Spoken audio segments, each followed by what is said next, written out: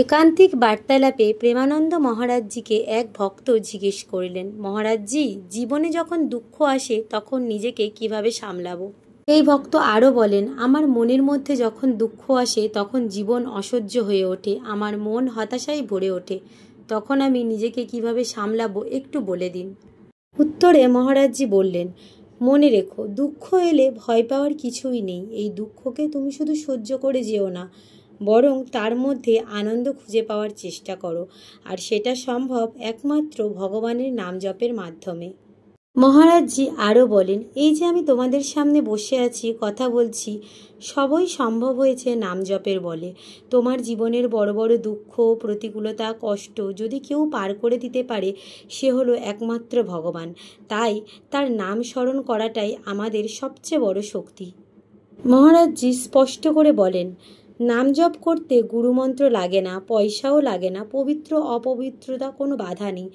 যে কেউ যে কোনো সময় যে কোনো জায়গায় নাম জপ করতে পারে। তিনি আরও বলেন, যার জিভের অগ্রভাগে ভগবানের নাম বসে সে চণ্ডাল হলেও জগতের শ্রেষ্ঠ হয়। এই নাম জপ মানুষকে এমন এক শক্তি দেয় যা মানুষ দুঃখ কষ্টের মধ্যে দাঁড়িয়ে থেকেও হাসতে পারে। তিনি উদাহরণ দিয়ে বললেন, তুমি শ্রী রামের কথা স্মরণ করো। রাজ্যাভিষেকের প্রাক্কালে ঠিক আগের সন্ধ্যায় তাকে যেতে হলো বনবাসে 14 বছরের জন্য, তাও খালি পায়ে।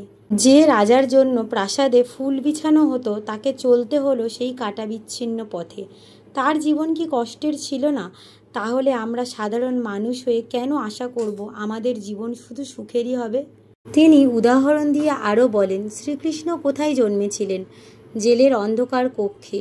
জন্ম থেকেই তাকে কষ্ট, ষড়যন্ত্র ও যুদ্ধ মোকাবেলা করতে হয়েছে, তবুও তিনি ভগবান ছিলেন। তার জীবন আমাদের শিক্ষা দেয়, মানব জীবন মানেই পরীক্ষা। তিনি তো স্বয়ং ভগবান ছিলেন, তিনি তো পারতেন এক আনন্দপূর্ণ জীবন বেছে নিতে নিজের জন্য, কিন্তু তিনি এই দুঃখময় জীবন বেছে নিয়েছিলেন শুধুমাত্র আমাদের মানব জাতিকে শিক্ষা দেওয়ার উদ্দেশ্যে।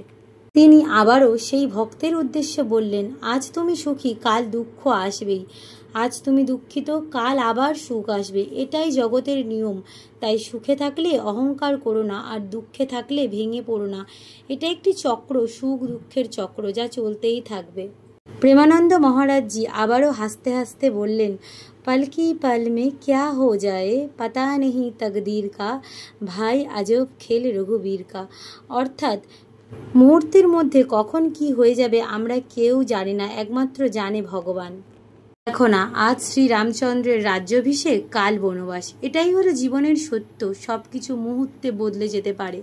তিনি নিজের জীবনের প্রসঙ্গ টেনে এনে বলেন, এই দেখো না, একদিন আমি নিজে খেতেও পেতাম না, 2টো কিডনিই নষ্ট ছিল, যেই আশ্রমে যেতাম তাড়িয়ে দিত।